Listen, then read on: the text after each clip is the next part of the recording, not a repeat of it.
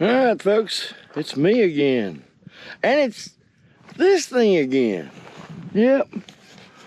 Our little Ditchwitch Rt45.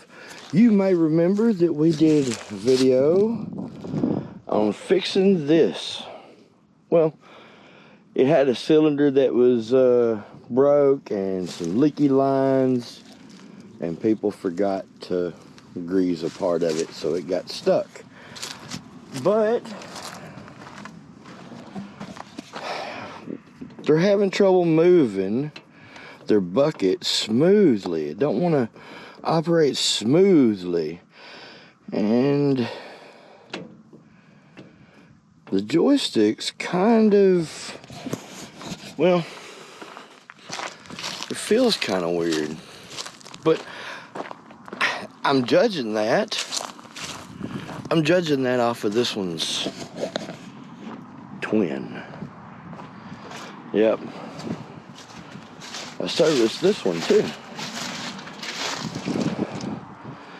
Oh yeah, see, that feels completely different.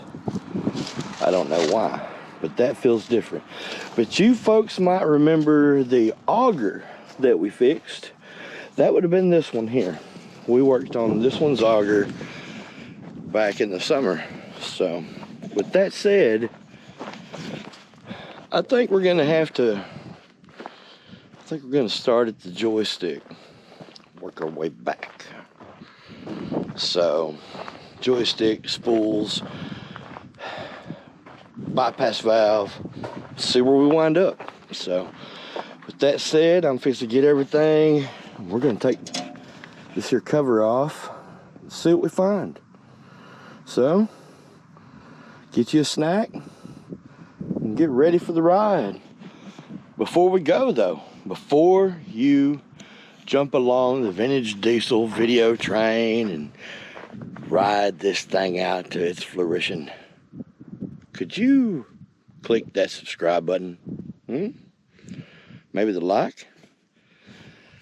If you're feeling real adventurous, maybe even that notification bell. It'll tell you whenever the other videos are coming, and they're coming. I sure would appreciate you. Back to the video. All right, I'm gonna get ready to take our little fender cover off, and let's see what we find. All right, we'll get set up.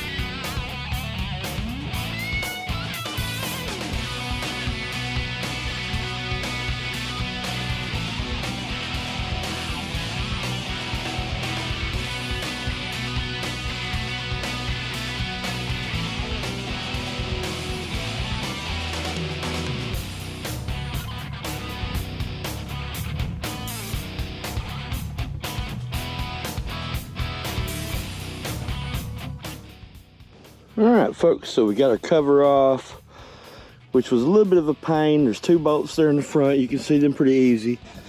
And then there's these two in the back. See those? They're a pain. The seat belt ain't too bad. The bolts pinch welded. And then you just got this one here. So that ain't too bad. However, as you can see, you're gonna have to unbolt your little control here from that plate. It ain't too bad. It can only go one direction, so. All right. And of course this bolts to your siren. But watch this. Couldn't really tell it whenever the cover was on, but watch. See that? It just sticks. Yeah, I can understand why it's not working right. So we're gonna have to get what we need to fix this, and we'll be back. Here we go. Alright, what's happening, people? We are finally back on our Ditchwitch. We've got all our parts to rebuild this valve. I'm sorry about the noise and the machinery, but you know, this is an equipment channel, so what can I say? Something you're gonna need to do is make sure you label your hoses so that you know which one goes where. Otherwise, putting stuff back on is gonna be a nightmare. But all right, I'm gonna get this valve off and get it on the truck, and we'll get after it.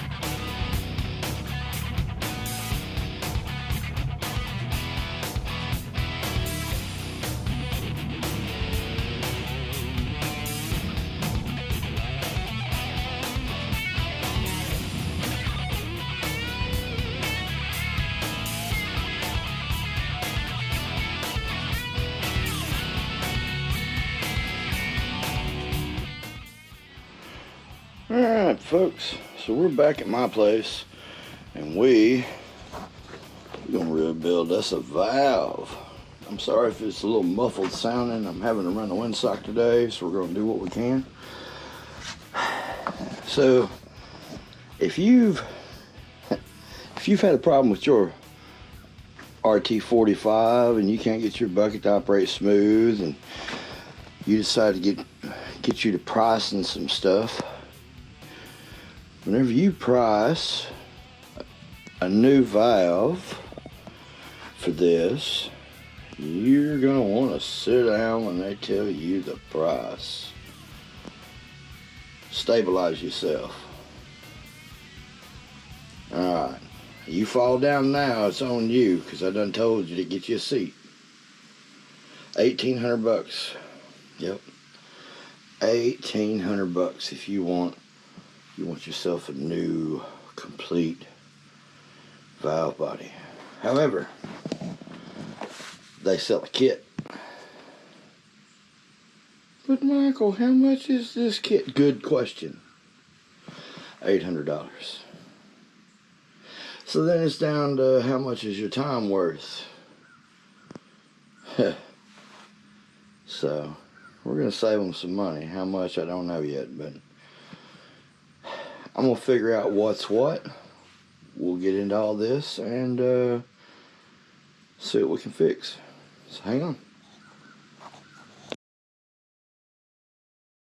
I'll walk you through this process of what all these parts are, okay? And essentially the how-to and the wherefore. So we're gonna start over here with our check valve, okay? It's a very straightforward part, as you can see. This one's going to be part number 149-664-008278769. It is your check valve, as you can see, okay? It goes right there, okay? Looking at the bottom of this partitioning valve, it goes here, okay? Now I'm just going to move, these are, you know, O-rings, alright? I mean, you can see the part number here. Sorry about the road noise.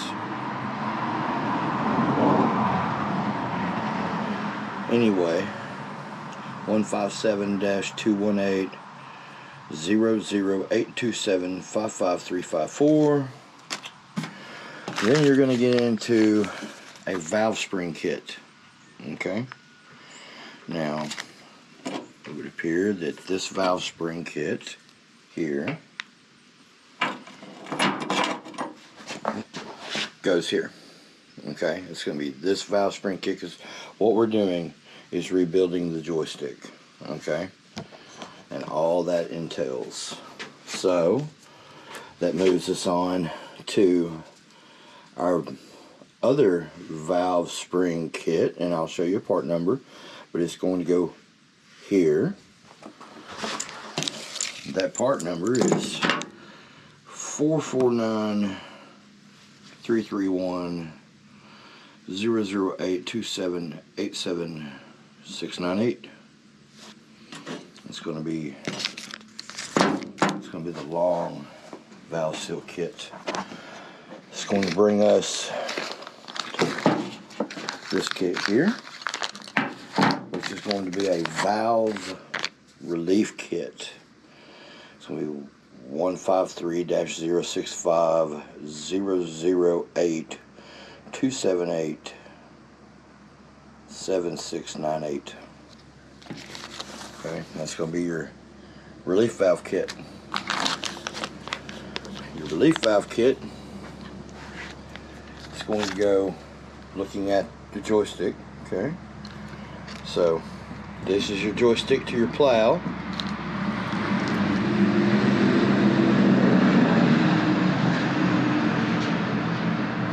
To your bucket. Okay, this is the joystick to your bucket. So opposite end right here. Okay, it's going to be this kit. So we're going to redo that one. Okay.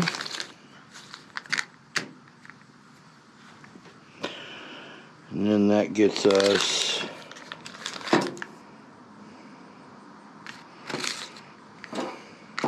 okay. That's going to get us over here to our joystick lever assembly. It's going to be part number 499.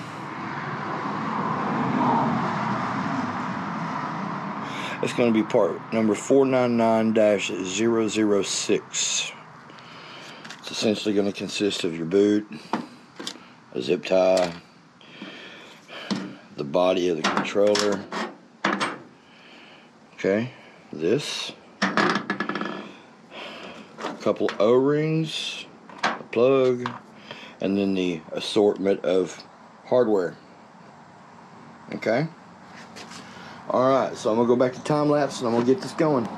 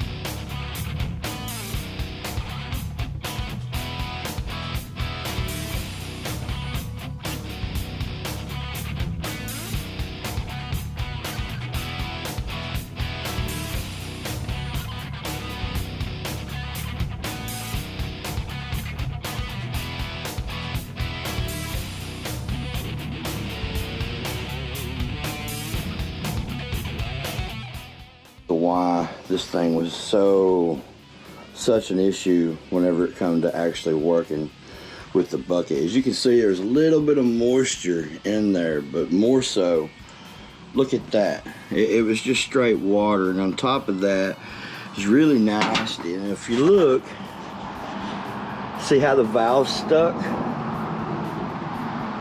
Yep. The plunger was stuck in the cap, and I had to pry that out. So we're gonna get that off and get it replaced.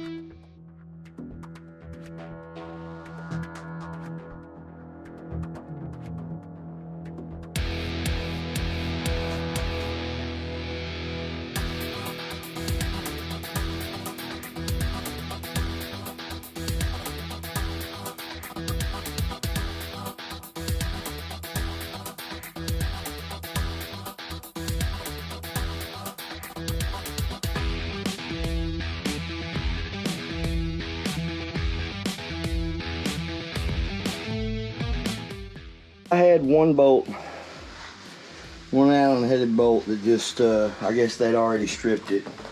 So what I did was I took my ease out set. I found the one that fit in that hole. I hammered that dude in, and I broke it loose. So I'll be able to extract it now and change it. So you might come across that.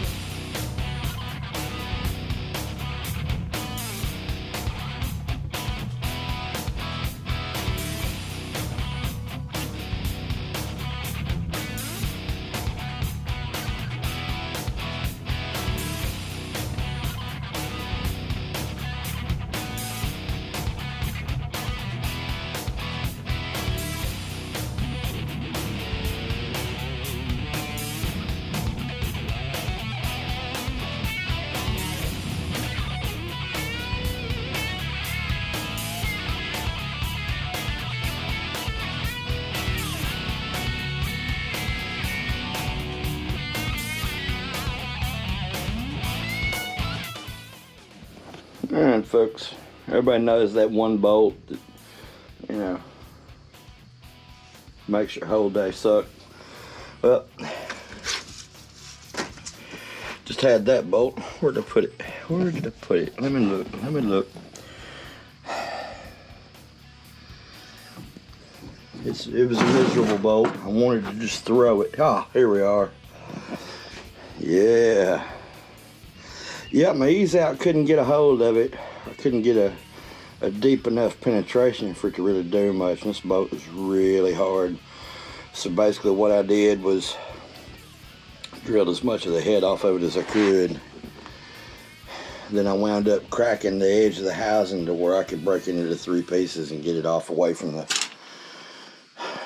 stupid bolt. And then I turned it out with a pair of vice grips slowly. It was miserable. That gets us down to our little O-rings right there. As you can see, I done cleaned this thing up and got it ready. So,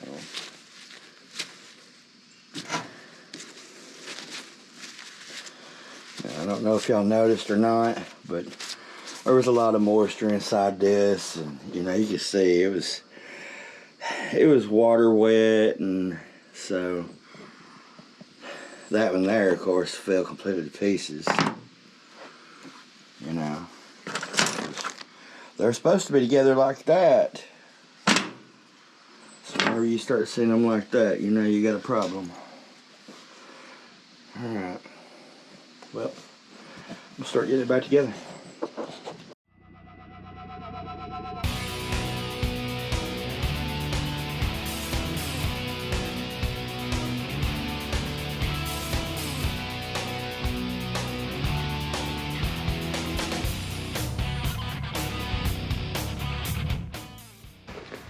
Alright guys, I don't know how much y'all actually seen of that because I wound up having my back against the camera, so I'm going to apologize for that. This thing is kind of a pain to rebuild, but it ain't terrible, okay? But that's got it done, and next we'll be putting this back on the machine, so here we go. Alright folks, we are back. It is chilly. So, if you're curious what Texas is like in the winter, moody. Very moody. I mean, it may be winter in the morning, and then, you know, spring in the afternoon, and then back to winter before the sun goes down. You just don't know. And then the next day it might just be winter all day, and the next day spring, and, you know, it's just pneumonia. That's what it is. We have pneumonia. So back here with our valve, got it all cleaned up and ready to go back on. So I'm gonna get set up and we're gonna do just that. So here we go.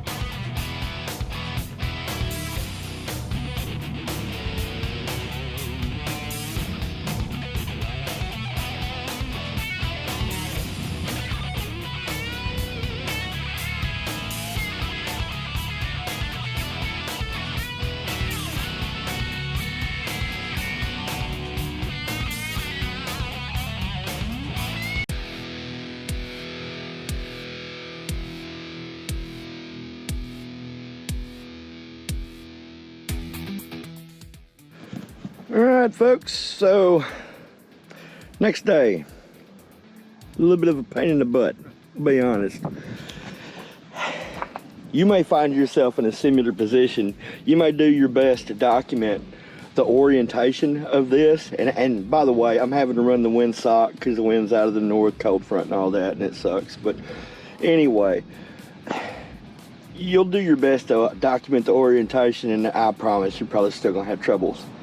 But it has to be situated in a way, one, that it fits inside your hole, and two, you have to be very careful to make sure your actual spools, okay, are turned in the proper directions, or otherwise you're gonna get it all back together and you're gonna move your controls and things aren't gonna move in the right direction, and you're gonna have to take that linkage back apart and do it again. So I'm just saying, you might want to take some time there. What I would suggest you do, get it together like I have here. Don't even put your fender or anything back on. Put your handle in it, test it before you even put your boot on. Make sure your plow works, okay? All right, so I'm gonna get all this back together, and that means time lapse. So here we go, y'all.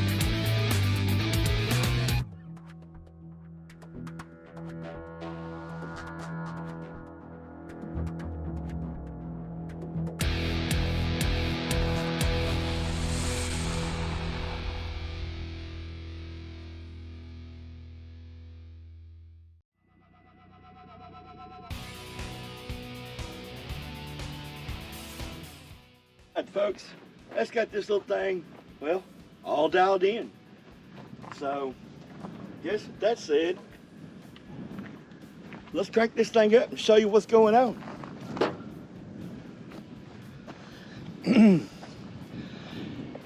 By the way, if you're curious what's going to get you to this point, it's all about the fine adjustments that you can make, you know, really sensitive use of it. Let's just say it like that. Whenever you're trying to get the bucket to, you know, play nice with you and let you do fine adjustments with the plow before it was struggling to do it.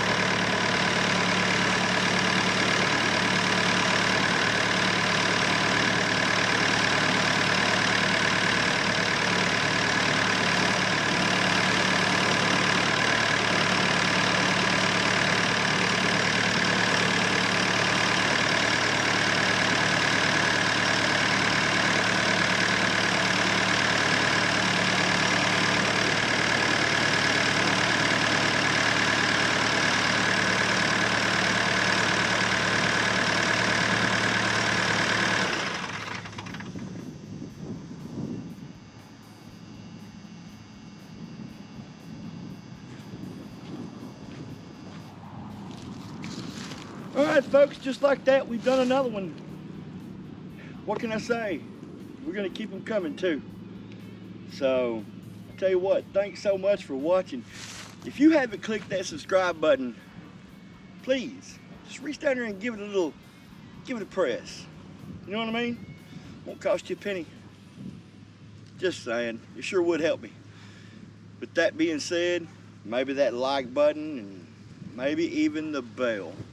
You know, all the things. And if you've already clicked that bell, maybe click it again. Just make sure it's clicked, because YouTube's real bad about unclicking it. So, what can I say? Other than thanks for watching Vintage Diesel Equipment Service, folks, we're going to see you in the next video. Man, thanks so much.